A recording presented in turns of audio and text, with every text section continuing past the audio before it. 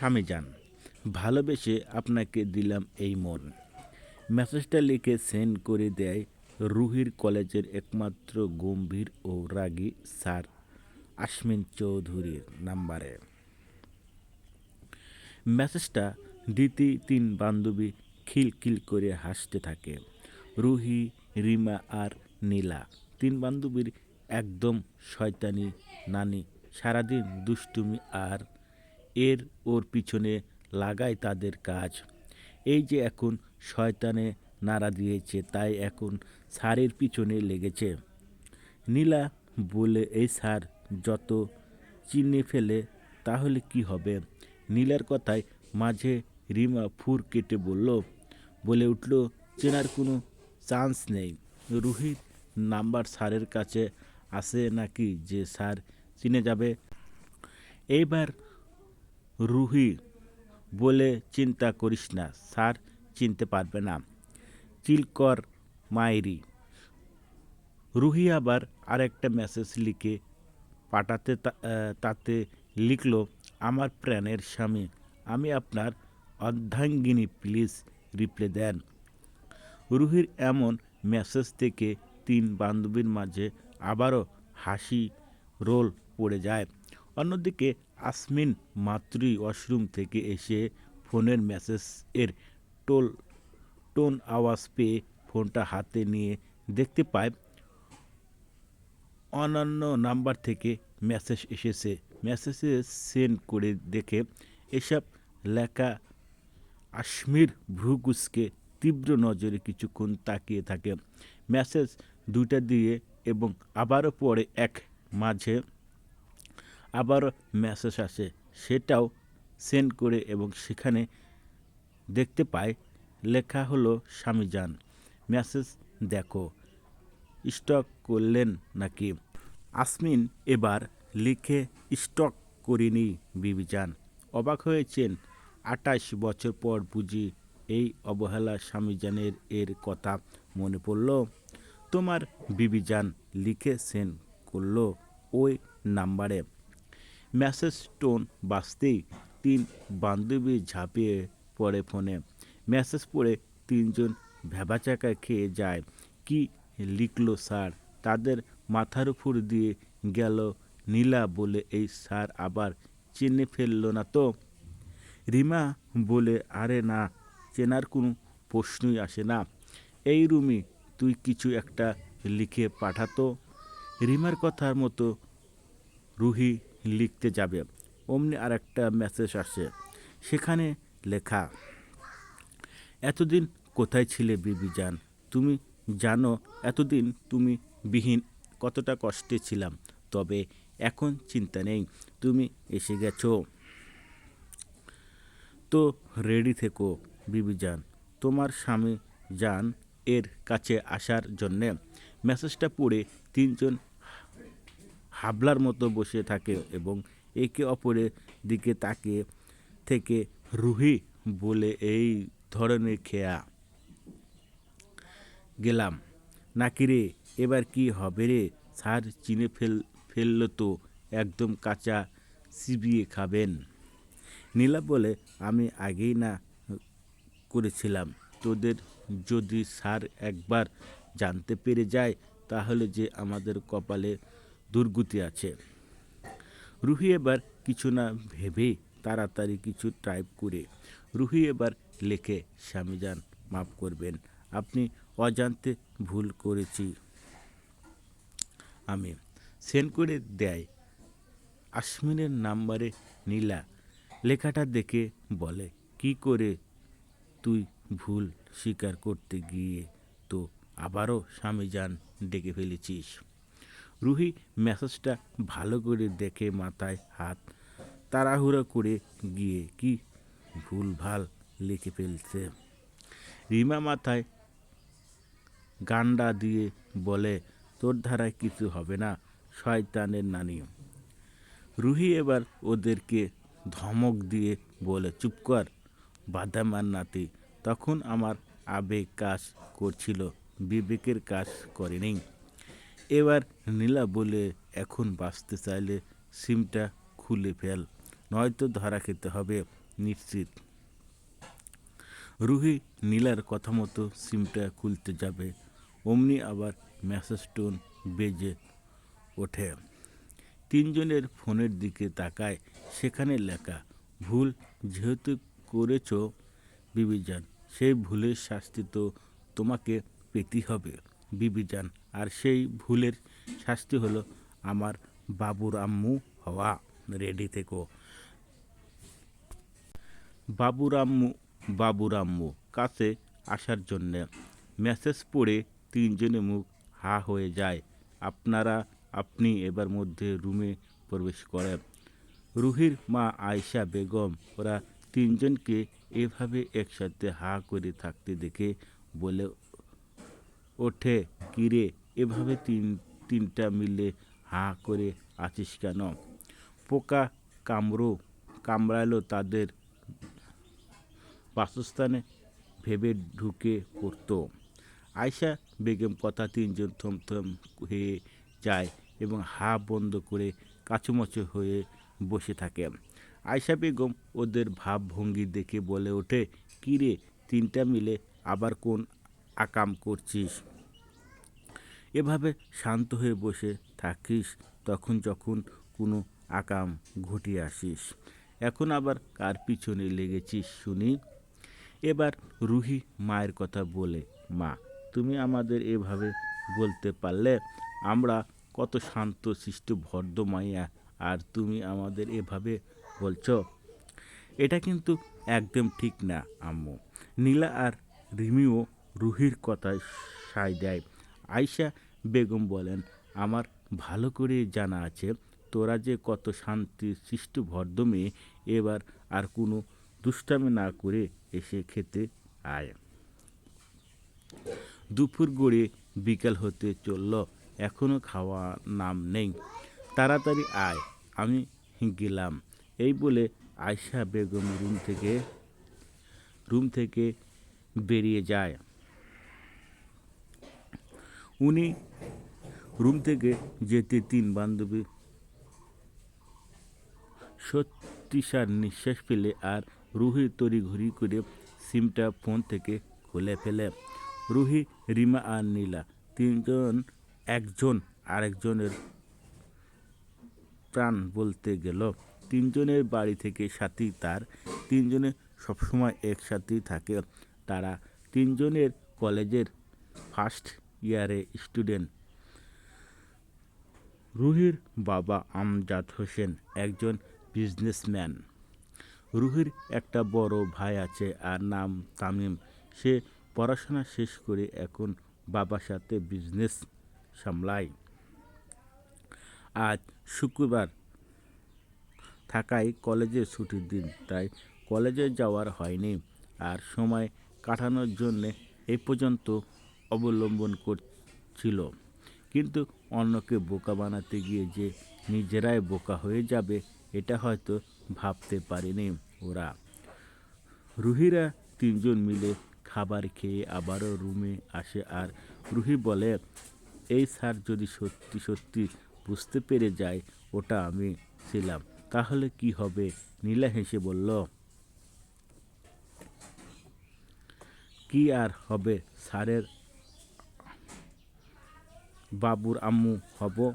ইহা আমার কি খুশি লাগছে। আমি খালামণি হব। এই বলে জোরে জোরে হাসতে থাকে। তার সাথে রিমাও হাসে। রুহি রাগে দুটাকে উড়াধুরা মারতে শুরু করে আর বলে, আমার সাথে তো তোরাও দুজনে ছিলি, এখন এভাবে পোল্টি মারছিস কেন ভাদাম্বার নাতিরা? এই বলে দুজনকে দৌড়াতে থাকে আর ওরাও রুহির হাত থেকে বাঁচার জন্যে দৌড়ায়। অন্যদিকে আসমিন চৌধুরীর ঠোঁটে ফুটে আসে রহস্যময় বাঁকা হাসি, যার অর্থ শুধু আসমিন চৌধুরী জানে। আসমিন ভিড় করে বলে, আসমিন চৌধুরী বিশিষ্ট বিজনেসম্যান জাবিদ চৌধুরী একমাত্র ছেলে। রাগী, জেদি, একটু গম্ভীর টাইপের রাগ যেন তার নাকের ডগায় থাকে সবসময়। লন্ডন থেকে পড়াশোনা শেষ করে এখন কলেজের টিচার হিসেবে জয়েন করেছে। দেখতে মাশাআল্লাহ খুব সুদর্শ। আসিমের বাপ চাচা তিনজন। আসমিনের বাবা বড় মেজু চাচা আজমির চৌধুরী, তার এক ছেলে এক মেয়ে, নাম জিহান চৌধুরী এবং মেয়ে সাদিয়া চৌধুরী। ছোট চাচা মিনহাস চৌধুরী, তার দুই ছেলে, নাম রিমন চৌধুরী আর রিশম চৌধুরী। আসমিন জিহাদ দুজন সমবয়সী, আর ওরা ওদের থেকে 2 বা 3 বছরের ছোট হবে। আসমিন রেডি হয়ে রুম থেকে বেরিয়ে যেতে যেতেই কাউকে ফোন করে এবং তার সাথে বলতে থাকে কথা। বলতে বলতে গাড়িতে গিয়ে বসে ড্রাইভার গাড়ি স্টার্ট দেয়। কথা বলে আসমিন ফোন কেটে দেয় এবং ঠোঁটের কোণায় রহস্যময় হাসি ফুটিয়ে বলে, খুব শীঘ্রই তুমি আমার হবে। হৃদয় মোহনে আসমিন কোনো কাজের উদ্দেশ্যে বেরিয়েছে, পড়াশোনার পাশাপাশি বাবার বিজনেস এরও কাজ করে। যদিও শিক্ষকতা করার ইচ্ছা ছিল না, তবে বিশেষ কারণে এইটা বেছে নিয়েছে। তার একটাই কথা, বাবার বিজনেস তার পেশা আর শিক্ষকতা করা তার নেশা। আর কি করে এটা তার নেশা ধীরে ধীরে জানতে পারবেন। রাত 8টায় রিমা নীলা দুজনই আছে তার খাওয়া দাওয়ার করে তারপর যাবে নিজেদের বাড়িতে। রিমা লাফিয়ে লাফিয়ে সিঁড়ি বেয়ে নামছিল। হঠাৎ কারোর সাথে ধাক্কা খেয়ে পড়ে যেতেই নেবে, অমনি সেই লোকটা কোমর পেঁচিয়ে ধরে পড়া থেকে বাঁচায়। রিমা বেচারি ভয়ে চোখ বন্ধ করে রেখেছিল, কিন্তু যখন বুঝল সে পড়ছে না তখন পিট পিট করে চোখ খুলে তাকায়, দেখে তামিম তার দিকে কটমট দৃষ্টিতে তাকিয়ে আছে। তা দেখে রিমা ভয়ে টুক গিলে, কাউকে ভয় পাক বা না পাক, এই তামিমকে সে জমের মতো ভয় পায়। তামিম রিমাকে ছেড়ে ধমক দিয়ে বলল, এই মেয়ে সবসময় এমন ভেঙের মতো লাফিয়ে লাফিয়ে লাফিয়ে করো কেন? একটু দেখে শুনে হাঁটতে পারো না? ফাজিল মেয়ে। রিমা তামিমের ধমক বলে কথাটা কিছুটা কেঁপে ওঠে। ফের তামিম বলে, আবার যদি দেখি আমার সামনে এমন লাফালাফি করতে তো থাপ্পড় দিয়ে সবকটা দাঁত ফেলে দেব বলে দিলাম। এইবার রিমা মুখটা ইনশেট বানিয়ে অসহায় কণ্ঠে বলে ওঠে, দাঁত ফেলে দিলে আমি খাবো কীভাবে? আমি আবার না খেয়ে থাকতে পারি না। রিমার কথা বলার ভঙ্গি এবং চেহারায় এক্সপ্রেশন দেখে তামিম হাসি পাচ্ছে, তবে হাসিটা লুকিয়ে ফেলার ধমক দিয়ে বলল, আমার আবার মুখের উপর কথা বলছ? তুমি তো আচ্ছা বেয়াদব, যাও এখন আমার সামনে থেকে, আমি রুমে যাব। এই বলে রিমাকে পাশ কাটিয়ে চলে যায়। রিমা তামিমে যাওয়ার পানে তাকে একটা ভেসকে দিয়ে বিড়বিড় করে বলে, আমি ব্যাঙের মতো লাফাই আর ক্যাঙ্গারুর মতো লাফাই, তাতে তোর কি শালা? আবার বলে কিনা থাপ্পড় দিয়ে আমার দাঁত ফেলে দেবে, কত বড় সাহস! আমি অভিশাপ দিলাম তোর বউ বাসর রাতে অন্য বেটার সাথে ভেগে যাবে, শয়তানের খচ্চর বেটা। এসব বিড়বিড় করতে করতে রান্নাঘরের দিকে যায়, কারণ রান্নাঘরে ওই দুই শয়তানের নানি তাদের স্পেশাল ডিশ রান্না করেছিল, তিনজনের মিলে খাবে। এটা তাদের প্রত্যেক সপ্তাহের রুটিন, কিছু না কিছু রান্না করবেই। আর তিনজন তা পিকনিকের মোড় দিয়ে খাবে, এখনও তাই করছে। রুহি আর নীলা মিলে এখন বিরিয়ানি রান্না করেছে। রান্নার কাজ শেষ হলে দুই বান্ধবী সহ রুমির মা বাবা ভাই সবাই মিলে খেতে বসে টেবিলের তামিম আসতেই রিমা মুখটাকে চোরের মতো বানিয়ে চুপচাপ মাথা নিচু করে খেতে থাকে, কোনো কথা বলে না, যেন তাকে দেখে এই মুহূর্তে একদম আলা ভুলা নাদান বাচ্চা মনে হচ্ছে, যে কি ভাজা মাছটাও উল্টে খেতে জানে না। রুহি রিমার কাণ্ড দেখে হাসে, কারণ রুহি জানে রিমা তার ভাইকে কতটা ভয় পায়। তাদের আগোছরে আর একজন হাসে। রিমা এমন অবস্থা দেখে সে আর কেউ না, তামিম। সবার খাওয়া দাওয়া হলে কিছুক্ষণ আড্ডা দিয়ে রিমা আর নীলা চলে যায় তাদের বাসায়, আর রুহি চলে যায় নিজের রুমে। রাত 2টো কেউ একজন প্রবেশ করে রুহির রুমে। বিছানায় চোখ পড়তে দেখতে পায় রুহি হাঁপা ছড়িয়ে পুরো বিছানায় দখল করে শুয়ে আছে। লোকটা রুমির ঘুমানোর স্টাইল দেখে ফিক করে হেসে দেয়। সারাদিন তো দুষ্টমি করি, আর এখন এমনভাবে ঘুমিয়ে আছে যেন ঘুমিয়ে থেকে হাডুডু খেলছে। আর রুহি ঘুমালে দিন দুনিয়ার কোনো খবর থাকে না। বেগুনার ঘুমাতে থাকে, তাকে যদি ঘুমের মধ্যে তাকে তুলে নিয়ে বিক্রি করে দেয় তবু এই রুহি রানী টের পাবে না। সে ধীরে ধীরে এগিয়ে যায় রুহির কাছে, বিছানায় গিয়ে বসে। ঠিম লাইটের আলোয় রুহিকে স্পষ্ট দেখা যাচ্ছে। রুহিকে ঠিক করে শুইয়ে দেয় এবং কপালে নিজের ঠোঁট শুয়ে এবং দৃষ্টিতে তাকিয়ে থাকে সে রুহির মুখ পানে। রুহির কানের কাছে গিয়ে ফিস ফিস করে বলে, আমার ঘুম কেড়ে নিয়ে এখন নিজে নিশ্চিন্তে ঘুমাচ্ছে, এটা কিন্তু মোটেও ঠিক করলো না। এই বলে ঠোঁট শুয়ে দেয় রুহির কানের লতিতে। রুহি একটু নড়ে চড়ে ওঠে, পরে আবারও ঘুমিয়ে যায়। তা দেখে সে মুচকি হাসে, আবার বলে, কি আছে তোমার মাঝে বলো তো পিচ্চি মেয়ে, কেন এতটা দেওয়ানো আমি তোমার জন্যে? এ কোনো নেশা জড়ালে আমার তুমি সকালে 8টায়। রুহি ঘুম থেকে উঠে ব্রাশ হয়ে নিজে নেমে আসে, দেখে তামিম সোফায় বসে আছে। রুহি তার ভাইয়ের কাছে গিয়ে বসে কাঁধে মাথা এলিয়ে দেয়। তামিমও সযত্নে তার আদরের বোনকে আগলে নেয় নিজের সাথে। সে তার বোনকে ভীষণ ভালোবাসে, বলতে গেলে রুহি তামিমের প্রাণ।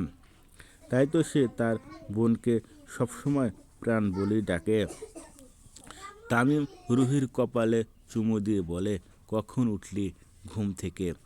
রুহি, এই তো ভাইয়া, উঠে ফ্রেশ হয়ে আসলাম। তামিম, আজ কলেজে যাবে না? প্রাণ, রুহি যাবে ভাই, তুমি অফিসে যাবে না? তামিম, যাব তো। খেয়ে রেডি হয়ে নে, আজ তোদের কলেজে দিয়ে তারপর অফিসে যাব। রুহি ভাইয়ের কথা সম্মতি দিয়ে বলল, ওকে ভাই। তারপর গিয়ে তারা খেয়ে নিয়ে রুহি কলেজের জন্য রেডি হতে রুমে চলে যায়। কিছুক্ষণ পর তার দুই বান্ধবী রিমা আর নীলা এসে পড়ে। ওদেরকে দেখে তামিম বলে, এসে গিয়েছে দুই শাকচুন্নি। রিমা তামিমকে দেখে আরে আরে তামিমের দিকে তাকায়, দেখে তামিম তার দিকে রাগী দৃষ্টিতে তাকিয়ে আছে। রিমা বুঝে পায় না তামিম কেন সবসময় তার সাথে এমন করে আর রাক্ষসের নজরে তাকিয়ে থাকে। রিমা মনে মনে বলে, এই বেটা এমন ডিপজলের মতো চোখ বড় বড় করে তাকিয়ে থাকে কেন? দেখলে তো আমার পরাণ পাখি শূন্যে উড়াল দিতে চায়। এসব ভাবার মাঝে রুহি চলে আসে। তার তিনজনে মিলে গাড়িতে ওঠে বসে। কলেজে তিনজন মিলে কথা বলতেই বলতে হেঁটে ক্লাসের দিকে যাচ্ছিল।